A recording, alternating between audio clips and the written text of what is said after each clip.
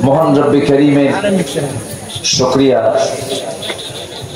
আল্লাহ তাআলা সুস্থতার মতো শ্রেষ্ঠ নিয়ামতকে সাথে নিয়ে আমাকে আপনাকে পৃথিবীর শ্রেষ্ঠ বরকতময় জায়গা কোরআনের মজলিসে, দ্বীনের এমন একটি বরকতময় বৈঠকে আমাকে কবুল করে নিয়েছেন। শুকরিয়া আদায় করছি, প্রাণ খুলে বলছি আলহামদুলিল্লাহ।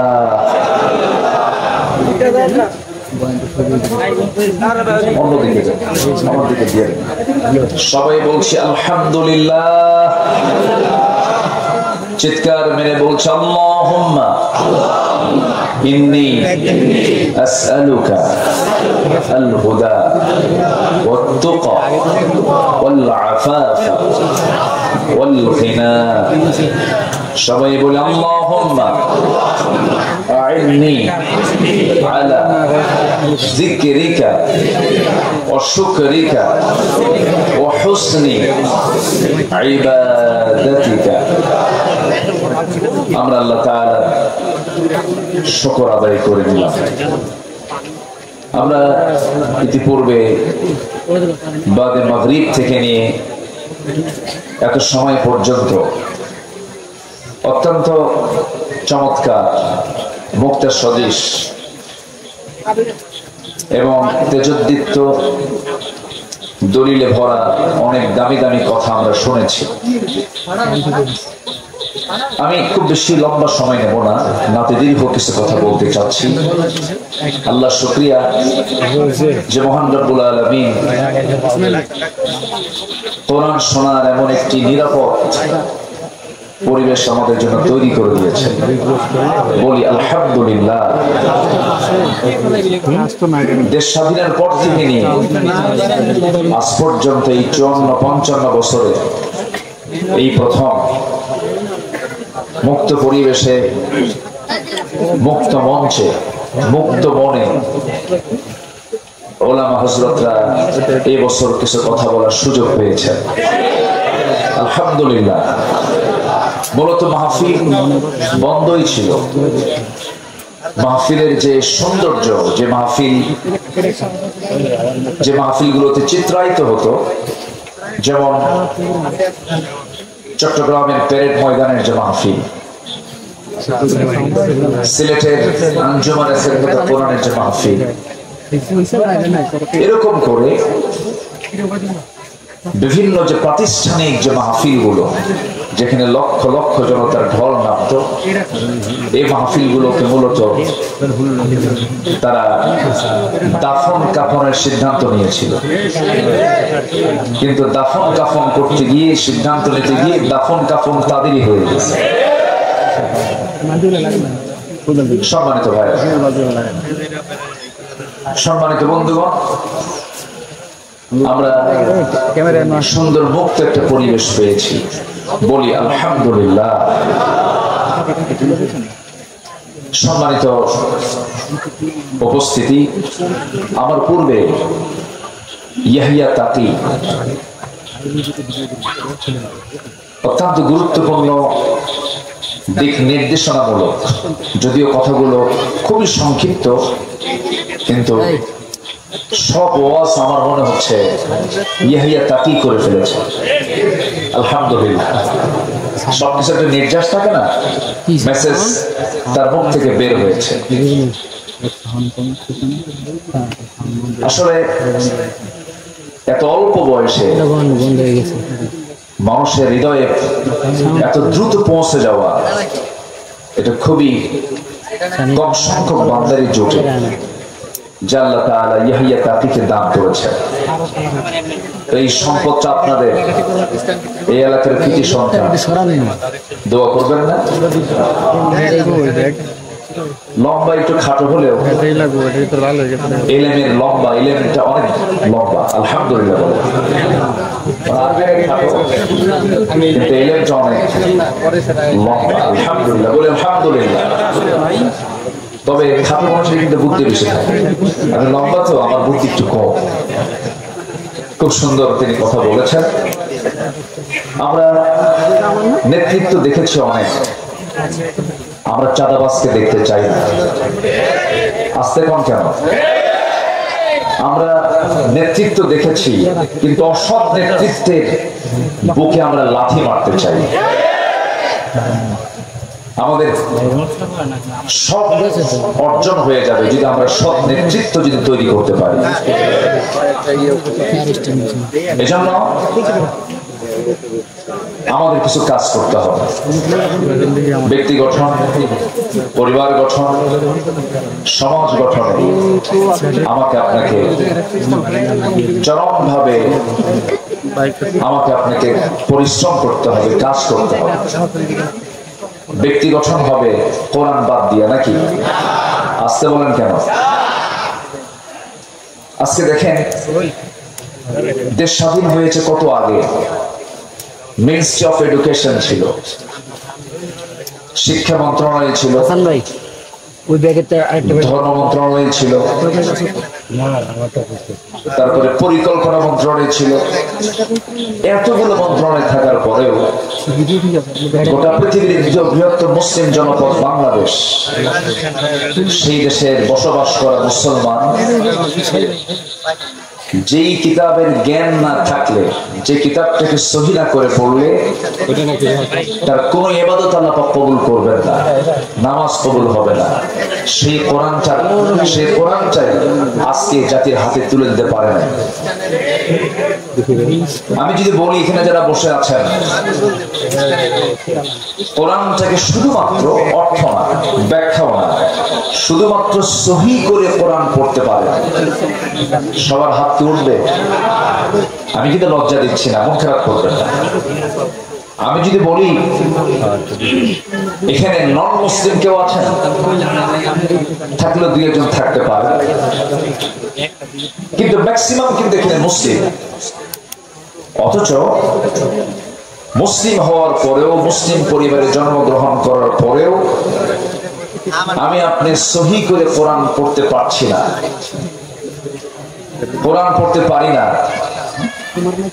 এই দোষ যদিও হ্যাঁ প্রথম ব্যক্তির হতে পারে, কিন্তু অবশ্যই আমি কেন কোরআন শিখতে পারি নাই? একটি রাষ্ট্র থাকার পরেও, যে রাষ্ট্রে একটা আইন থাকার পরেও, যেখানে শিক্ষা মন্ত্রণালয় থাকার পরেও আমি কেন কোরআন থেকে সহি করে পড়তে পারি না?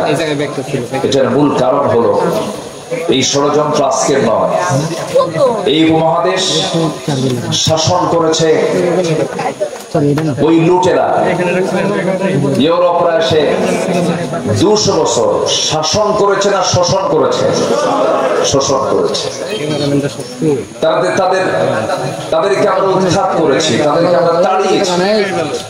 ব্রিটিশ বিরোধী আন্দোলন করেছে এই জাতি, কিন্তু ব্রিটিশরা চলে গেল, তাদের রেখে যাওয়া ব্রিটিশ ল প্রত্যেকটা কোর্টে, আদালত প্রাঙ্গণে আছে না নেই বলেন তো? আমাদের এলাকায় একটা গালি আছে, কেউ যদি খুব বদমাইশ হয় তাকে বলে তুই তো ব্রিটিশ। এলাকা আছে কিনা জানি না, তুই তো ব্রিটিশ। গালি একটা, ঠিকই বলেন তো? কেন বলবে না? কারণ ইউরোপের সভ্যতা, আধুনিক যে ইউরোপ গড়ে উঠেছে, সব আমার দেশের সম্পদ চুরি আর লুটপাট করে। সম্মানিত ভাই, সেই ব্রিটিশ বিরোধী আন্দোলন করে তাদেরকে তাড়ালাম, তাদের তৈরি করা আইনকে আমরা এখনো রেখে দিয়েছি, তাদের তৈরি করা সিলেবাস কারিকুলামকে আমরা এখনো রেখে দিয়েছি। এই জন্য এই জাতির এখনো ভালো করে দিন শেখা হলো না, ভালো করে কোরআন শেখা হলো না। এরপরে আবার বিগত 16 বছর খুব বরকতের সরকার ছিল, যতটুকু ছিল ইসলাম এটাকেও তারা মুছে ফেলার সমূহ চেষ্টা করেছে। এমন কোন ওয়ে নাই, সকল ওয়ে তারা খাটিয়েছে, কিন্তু সবচেয়ে বড় ধরাটা আসতে বলবেন না কার? আল্লাহ আছেন না নাই? আল্লাহ ছিলেন, আছে, থাকবে। তিনি প্রথম, তিনি শেষ, তিনি গোপন, তিনি প্রকাশ্য। আল্লাহ রাব্বুল আলামিন বলেন, হুয়াল আউয়ালু ওয়াল আখিরু ওয়াল যাহিরু ওয়াল বাতিন ওয়া হুয়া বিকুল্লি শাইইন আলীম। তিনি প্রকাশ্য, তিনি গোপন, তিনি প্রথম, তিনি শেষ। সকল ক্ষমতা কারো হতে পারে না, সকল ক্ষমতা একমাত্র কার? সকল ক্ষমতা কার? আল্লাহ। এদেশের জনগণ ভাবছিল না মরা পর্যন্ত উপায় নাই। আল্লাহ কয় এত হতাশ হলে হয়? আমি কি আল্লাহ নাই? আলাইসাল্লাহু বিকাফিন আবদা। বান্দার জন্য যথেষ্ট কে? আসতে বলবেন না কে? আমরা চাওয়ার চাইতে বেশি পেয়ে গেছি, এটা যেন আমাদেরকে বিপদে না ফেলে। আবার কেমন যেন মনে হচ্ছে আমার কাছে, আমরা বেশি মনে হয় পেয়ে গেছি। এটার জন্য আমরা যেন এই বিগত 16 বছর, ফেরাউন বেঁচে ছিল হলো 1600 বছর, এরা ছিল 16 বছর। সংখ্যার যে মিল হলো কেন বুঝলাম? সংখ্যার মিল আছে কিনা বলেন? চরিত্র মিল ছিল। ফেরাউন এমন কোন আকাম কুকাম নাই যা ছিল না। তার ক্ষমতা থাকার জন্য ইউযাববিহুনা আবনাআকুম ওয়া ইস্তাহইয়ুনা নিসাআকুম, ছেলে সন্তানগুলোকে একদম জিন্দায় মেরে ফেলত, মেয়ে সন্তানগুলোকে জীবিত রাখত। কেন? নেতৃত্ব যেন না তৈরি হয়। নেতৃত্ব তৈরি হওয়ার ভয়ে মার পেট থেকে সন্তান চিরে বের করে হত্যা করত। কত বড় নরপিশাচ ছিল হলো ফেরাউন। এই পৃথিবীতে যারাই আজও যারা হত্যা রাজনীতি করতে চান, হত্যা রাজনীতি করেন, এদের ব্লাড টেস্ট করলে ধরা পড়বে এদের মধ্যে আছে হলো ফেরাউনের রক্ত। কিসের রক্ত বলে? ফেরাউনের রক্ত। সম্মানিত ভাইরা, তাহলে ক্ষমতা কারো না, ক্ষমতা একমাত্র কার? আল্লাহ। সে আল্লাহর পক্ষ থেকে যে কিতাব কোরআনটা নাজিল হয়েছে, এটা হচ্ছে সকল অশান্তি দূর করা, সকল কল্যাণের একমাত্র উৎস হলো এই কোরআন। এই কোরআনটা নিয়ে আজকের আয়োজন, এই কোরআনটা নিয়ে মাদ্রাসার সৃষ্টি, এই কোরআনকে নিয়ে আজকের এই আলোচনা। আমি কিছু কথা বলতে চাচ্ছি। আমি আবার একটু আনইজি ফিল করছি, রাত অনেক হয়ে গেছে। কষ্ট পাচ্ছেন না তো আপনারা? বলি আলহামদুলিল্লাহ, জোরে বলি আলহামদুলিল্লাহ। পৃথিবীর সকল জ্ঞান যেখানে হেরে যায়, সকল জ্ঞান যেখানে শেষ, সেখানে কোরআনের জ্ঞানটা শুরু। বলি আলহামদুলিল্লাহ। আল্লাহ পাক এর মধ্যে এমন কিছু তথ্য দিয়েছেন যা পৃথিবীর কোথাও পাওয়া যায় না, খুঁজে পাওয়া যায় না। এটা একটা আশ্চর্য কিতাব। এটা এমন একটা কিতাব যে কিতাবের মধ্যে আল্লাহ রাব্বুল আলামিন সকল জ্ঞান, সকল তথ্য, সকল কিছু আল্লাহ পাকের মধ্যে উপস্থিত করে দিয়েছেন। বলি আল্লাহ পাক। কোন অফিস চালাবেন আপনি কিতাব দিয়ে? কোন অফিসটা আপনি চালাতে চান? স্বরাষ্ট্র মন্ত্রণালয় মনে হয় নাই এর মধ্যে, নাকি আছে? আছে আছে মনে হয়। আচ্ছা, মনে হয় ক্যান্টনমেন্ট চলবে না, সাফার এই ক্যান্টনমেন্ট, এটা মনে হয় কোরআন দিয়ে মনে হয় খুব একটা দুর্বল হবে, নাকি? চলবে কিনা বলেন? আমার নবীর হাতে তসবিহ ছিল না তরবারি ছিল? বলেন বলেন। ওই যে আমরা তসবিহ কিনে আনেন হাজির সাহেবরা, এরকম তসবিহ হাতে ছিল না তরবারি ছিল? রাসূল তসবিহ ব্যবহার করেছেন, আমি পাইনি কোথাও, এটা আমি পাইনি। মাঝে মাঝে হাতে তসবিহ থাকে কিছু কিছু ব্যক্তির দেখি, মুখ নড়ে না কিন্তু হাত নড়ে, আছে কিনা বলেন? আচ্ছা, নড়া দরকার কি? মুখের উচ্চারণ যদি না হয় তাহলে কি হলো? সুবহানাল্লাহ, আস্তে বললেও কি মুখ নড়ে কিনা বলেন? কিন্তু মুখ নড়ে না, হাত নড়ে, লক্ষণ কি বলেন তো? লক্ষণ কি? তাহলে এটা নড়তেছে, কথা কয়, আবার এদিকে কথাও কয়, এই কথা কয় আর এদিকে তসবিহ নড়ে, আছে কিনা বলেন? এটা কি বলেন? এটা কি বলেন? এটি তাসবিহ। আমার নবীর হাতে গণনার জন্য কোন তাসবিহ ছিল না, আমার রাসূলের হাতে ছিল দ্বীন প্রতিষ্ঠার জন্য তরবারি। আমাদেরকে কথা বলতে দেয়নি দীর্ঘ 16 বছর। কত আলেমকে কত যে প্রকার জুলুম করেছে। আল্লামা সাঈদীর মতো মানুষটাকে ধরে রিমান্ডে নিয়ে প্রায় 2-2.5 মাস ধরে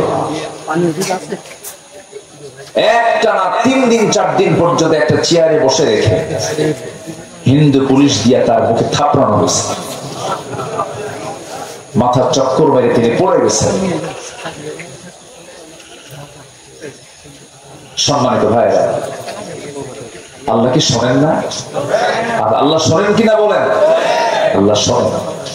চোখের পানিতে যায় নামাজ ভিজে গেছে, চোখের পানিতে জেলখানার বালিশ ভিজে গেছে। আজকে যিনি মেহমান কথা বলবেন, আমার প্রিয় ভাই খালিদ সাইফুল্লাহ আইয়ুবী, তার হাত ভেঙে দেওয়া হয়েছে।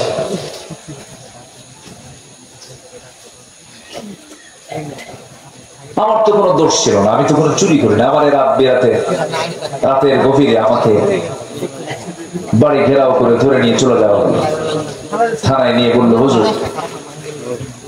কি করবো, আমরা তো ধরতে চাই না কিন্তু খুব চাপ, চাকরি করবো না তো বাচ্চাদের খাওয়াবো কি, হুজুর চাকরি বাঁচানো তো খরচ। তখন আমি বললাম ইমান বাঁচানো তো নফল। শেষ পর্যন্ত এই যে চরম জুলুম নির্যাতন, সরাসরি সাহায্য নাযিল করেছেন তিনি আমার কে? আসতে বলবেন না, তিনি আমার কে? আল্লাহ। আসুন না সে আল্লাহর পথে, আল্লাহর পথে, আল্লাহর আইনের দিকে আমরা একটু দৌড়াই। মাগফিরাত কামনা করবো কার? আল্লাহ। আল্লাহ রাব্বুল আলামিন বলেন وسارعوا إلى مغفرة من ربكم وجنة عرضها السماوات والأرض أعدت للمتقين। তুমি তোমার রবের মাগফিরাতের দিকে দৌড়াও, জান্নাতের দিকে দৌড়াও, অলসতা করো না, বক্র কোন পথে যেও না, সেই পথটা নিয়ে নাও। সবাই বলুন ইহদিনাস সিরাতাল মুস্তাকিম সিরাতাল্লাযীনা আন'আমতা আলাইহিম গায়রিল মাগদুবি আলাইহিম ওয়ালাদ-দাল্লিন।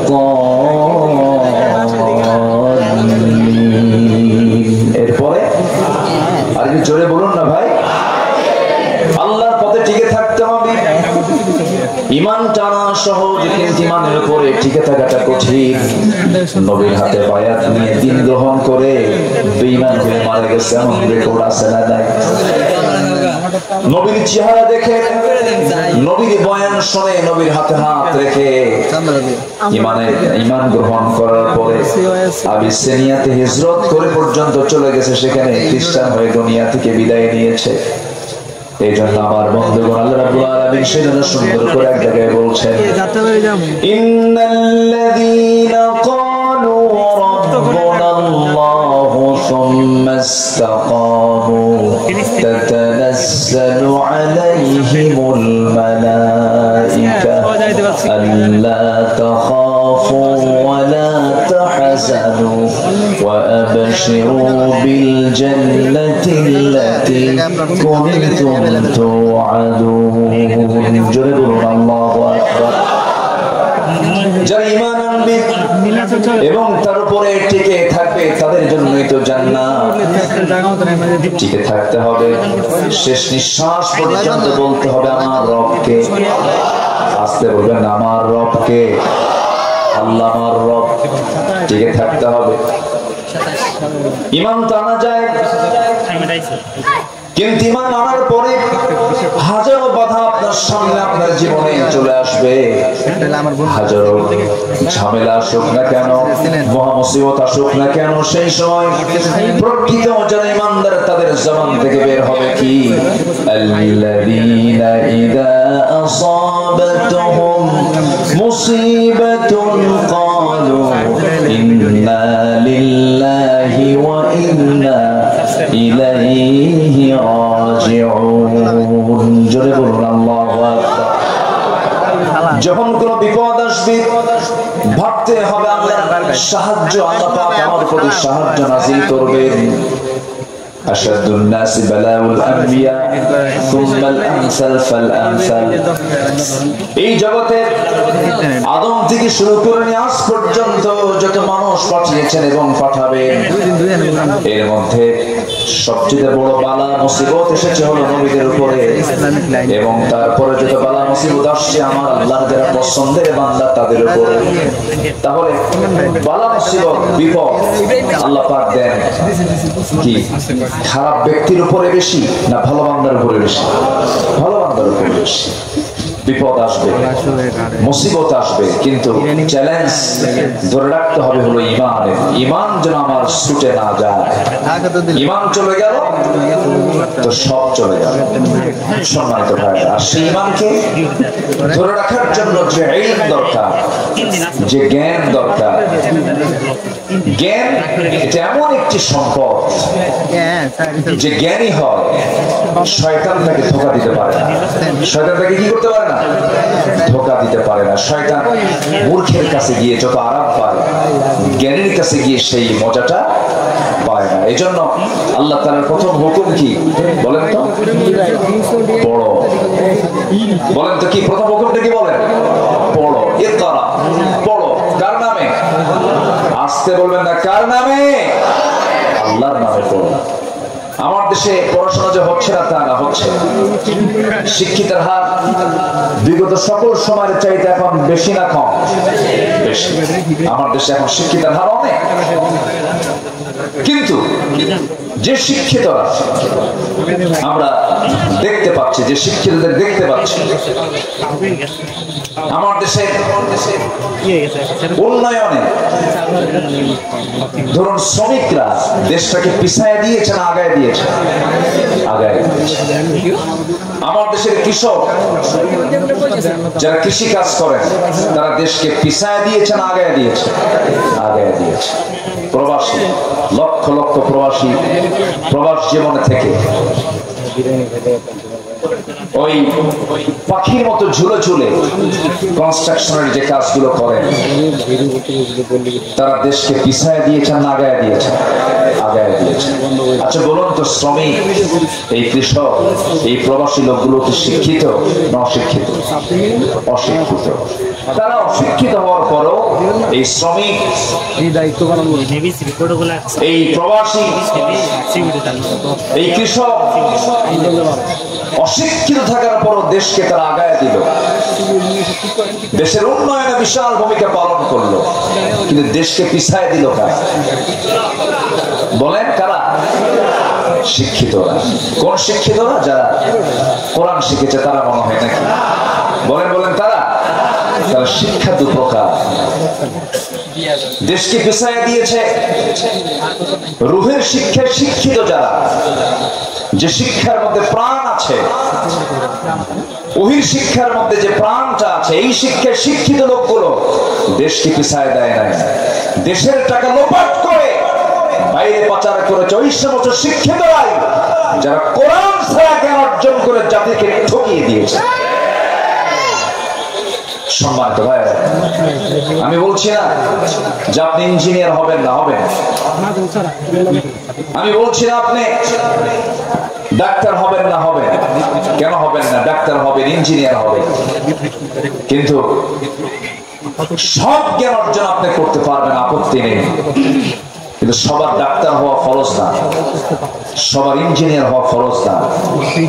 কিন্তু সবার জন্য জান্নাত পাওয়ার জন্য কি শেখা ফরজ? বলেন বলেন বলেন, কি শেখা ফরজ? কোরআন শেখা সবার জন্য ফরজ। সম্মানিত ভাই, এই জাতিকে কোরআন থেকে মাহরুম রাখা হয়েছে। আমরা এমন একটি শিক্ষানীতি দেখতে চাই, যেহেতু একটা মাদ্রাসার প্রোগ্রামে আসছি,